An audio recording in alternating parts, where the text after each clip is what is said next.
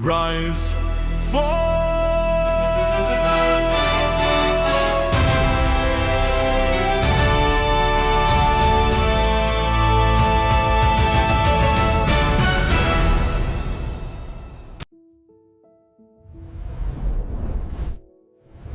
Hey, this is Michael. And this is Emma. So today, we're taking on Rome, but maybe not the Rome you're immediately thinking of. We're not doing the gladiators, the battles, the whole spectacle. No, we're going a bit deeper. We're looking at the actual secret weapon of Rome, its political systems. Exactly. The thing that let it last for over 2,000 years. Yeah. So our mission for this deep dive is to trace that arc. How does a city of, mud huts on a river become this world-defining empire? And we're going to track it through 4 massive transformations. We're talking monarchy, republic, the principate, and then the dominate. It's all about how they adapted to survive. Right. What did they keep? What did they throw out? And why did these systems eventually, break? But before we get into that, you have to set the stage. Why Italy? The geography is just so key. I mean, Italy is basically a bridge sticking right into the middle of the Mediterranean. You've got the Alps in the north, which is a great natural barrier.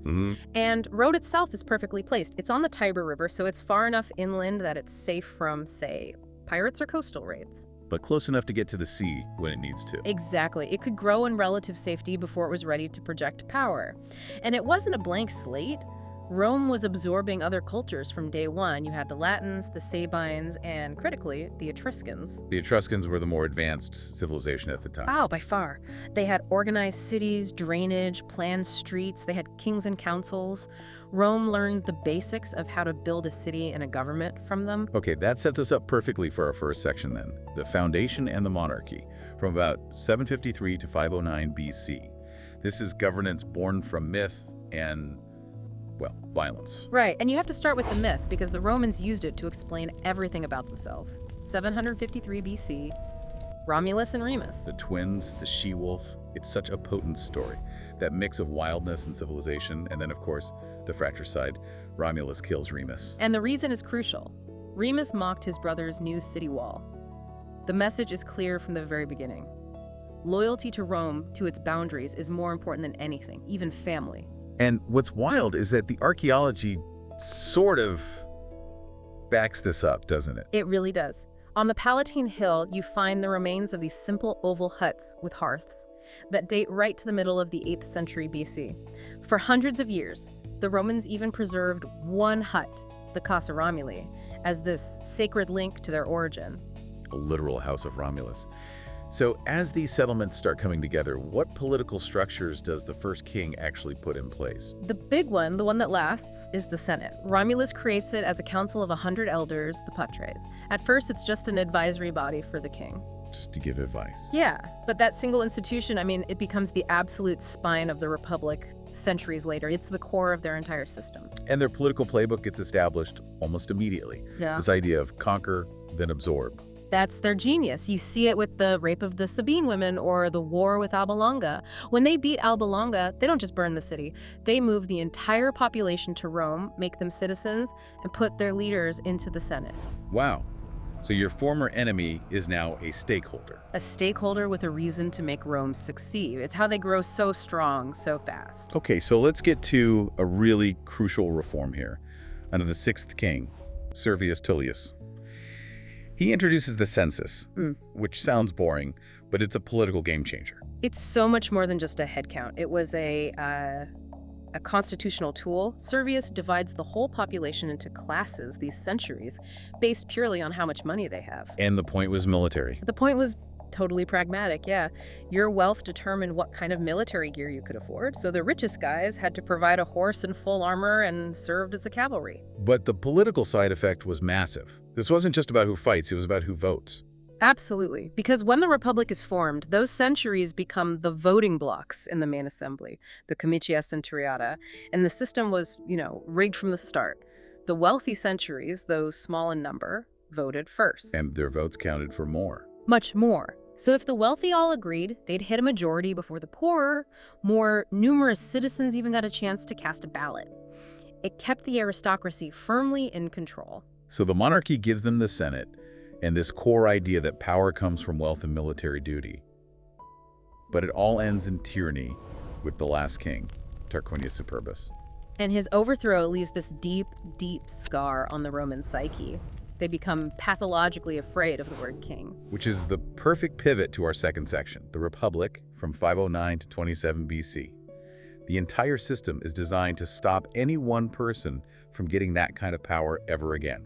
It's all about limiting ambition through checks and balances, and they build this three-part system to do it. Okay, so what are the three parts? At the top, you have the executive branch, but instead of one king, you have two consuls. They're elected every year, they have equal power, and this is the genius part, each one can veto the other. So they're forced to cooperate, and they're only in power for a year. Right, and even in a crisis, if they appoint a dictator, that person's power is limited to 6 months. Power is always temporary. Okay, that's the executive. Then you have the Senate, our old friend. Now they serve for life, they provide the continuity, the institutional memory, they control the treasury and long-term policy. They can't pass laws, but their advice, the senatus consultum, is something a consul ignores at his peril. And then at the bottom, you have the assemblies, where the citizens vote. Yeah. But as we said, that was already weighted towards the rich patricians.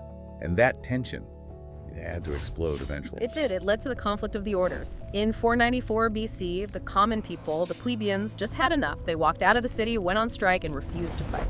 The secession of the plebes. It's the ultimate pressure valve moment for the system. And it forces a brilliant compromise. Yeah. The creation of the tribune of the plebes, an office elected only by the common people. And they had real power. Real power. They had a veto over any magistrate, any act of the Senate, and crucially, their person was declared sacred. If you harmed a tribune, it was a death sentence. It gave the common person a real voice. And they added legal transparency with the 12 tables. Yes, in 451 BC, they write down the laws and post them in the forum for everyone to see. Before that, only the patrician judges knew the law. Now it was public, it applied to everyone, a huge step. So the Republic seems brilliantly designed, it's flexible, it can handle internal conflict. But its own success, all that expansion, is what ends up destroying it. It's the great paradox. And the fatal blow, really, is a military reform by a general named Gaius Marius. What did he do? He got rid of the property requirement for soldiers. Before Marius, your soldiers are farmers, they own land, they're fighting for their home.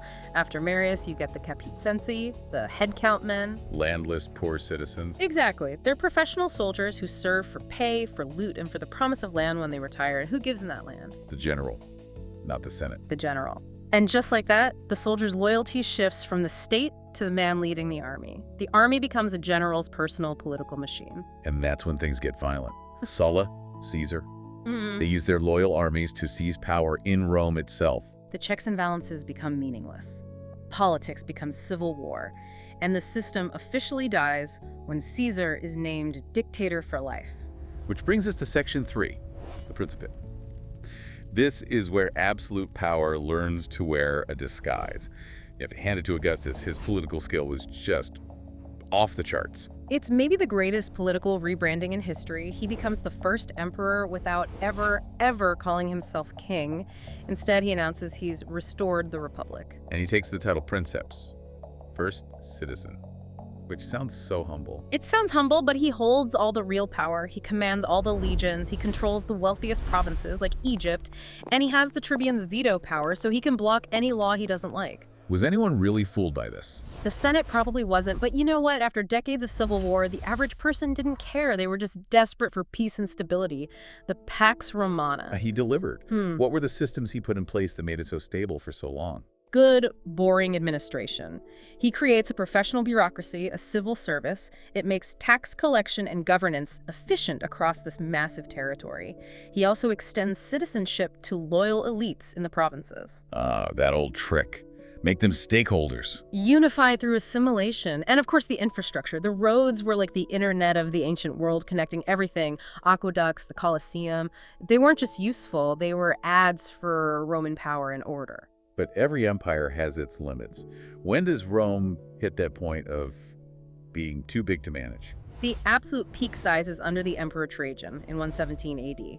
He reaches the Persian Gulf. But his successor, Hadrian, immediately pulls back. He realizes Rome's size has become its greatest weakness and starts building walls, like Hadrian's Wall in Britain. A policy of consolidation, not expansion. Exactly, and you start to see the first serious cracks under Marcus Aurelius, the philosopher emperor. Even with a good man in charge. Yes, the Antonine Plague comes back with the legions and just devastates the population. The economy is strained, and he's fighting constantly on the Danube frontier. It showed that the whole system depended on having a single, brilliant, virtuous man at the top. And when you don't get that, like with his son, Commodus, The whole thing falls apart. Commodus cares more about being a gladiator than being an emperor. He gets assassinated, and what follows is this horrifying moment where the Praetorian Guard literally auctions off the empire to the highest bidder. that's the moment the mask slips. It was always a military dictatorship. And that chaos leads us into the ultimate meltdown. Section 4, the crisis of the 3rd century. The numbers here are just, but they're hard to comprehend. 26 emperors in 50 years. And most of them murdered by their own men. It's total systemic collapse. You have constant civil war, the currency becomes worthless, inflation is rampant, and externally the empire is just getting hammered from all sides. Right, the Goths in the Balkans, the Sassanids in the east. And the Sassanins capture an emperor, Valerian, alive. That was a humiliation the Romans had never conceived of. The myth of their invincibility was just shattered. So the system is broken. Enter Diocletian, who basically says, okay, the old way is dead. We have to try something completely new. A total reinvention. He creates what we call the dominate. He drops the whole first citizen pretense and calls himself Dominus, Lord. And his big structural idea is the tetrarchy. The rule of 4. Right, he divides the empire into 4 parts, with 2 senior emperors, the Augusti, and 2 junior ones, the Caesars. It's a way to manage the huge territory, but more importantly, it's meant to solve the succession crisis. The Caesars are there to step up. And he locks down the economy, too. Yeah. He forces people into their jobs. He has to.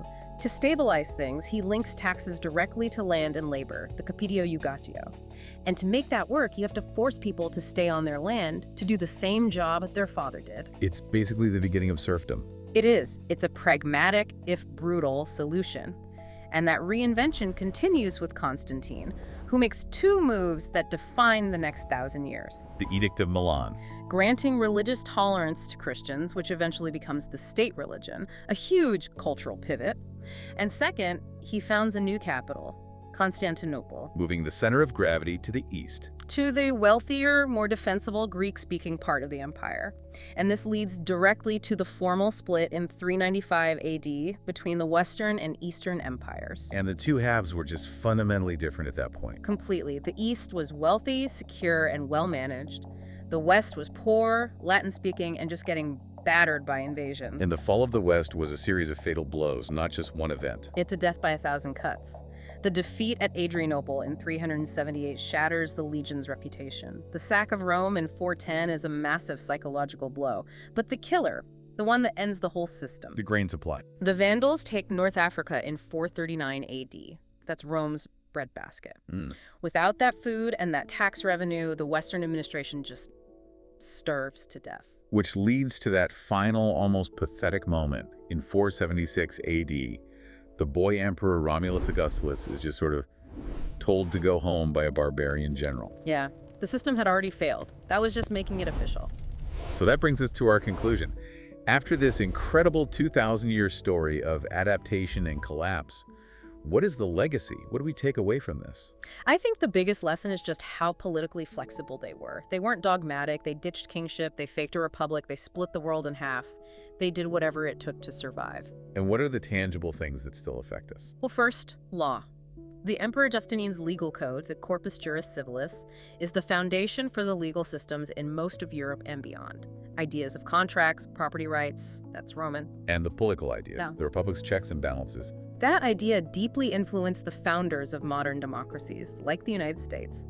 And the very concept of citizenship, of a shared legal status civis Romanus sum, I am a Roman citizen, that's a profoundly Roman idea. And finally, the church, the institution that outlived the empire itself.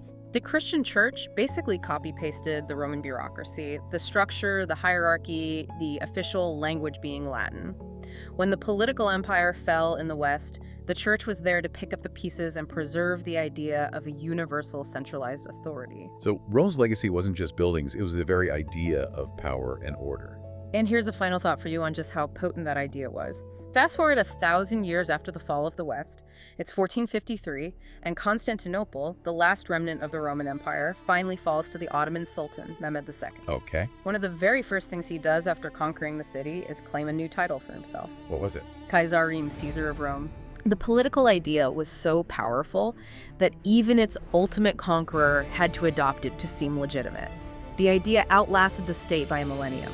A phenomenal thought. Thank you for walking us through that. And thank you for joining us on this deep dive. We'll see you on the next one. Stone by stone, the towers grew tall. Echoes of power in the mighty hall. 1,000 banners in the golden light, marching forward to claim the night. Rise to the heavens, they cry. Empire's born. And the fire and pride. But the earth it turns, and the winds will call. Rise, rise, then crumble and